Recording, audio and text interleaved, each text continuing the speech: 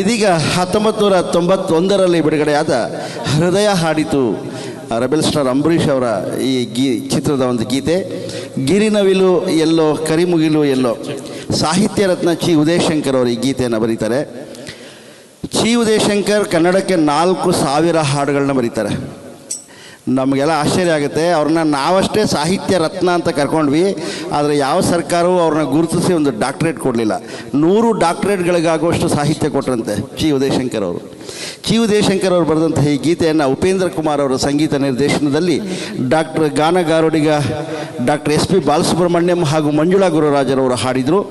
ಅದೇ ಗೀತೆಯನ್ನು ಇದೀಗ ನಿಮ್ಮ ಮುಂದೆ ನಮ್ಮ ತಂಡದ ಮುದ್ದಾದ ಗಾಯಕ ಡಾಕ್ಟರ್ ಮನು ಹಾಗೂ ಡಾಕ್ಟರ್ ಶ್ರೀಲತಾ ಮನೋಹರ್ ಅವರು ಈ ಗೀತೆಯನ್ನು ನಿಮ್ಮ ಮುಂದೆ ಹಾಡ್ತಾರೆ.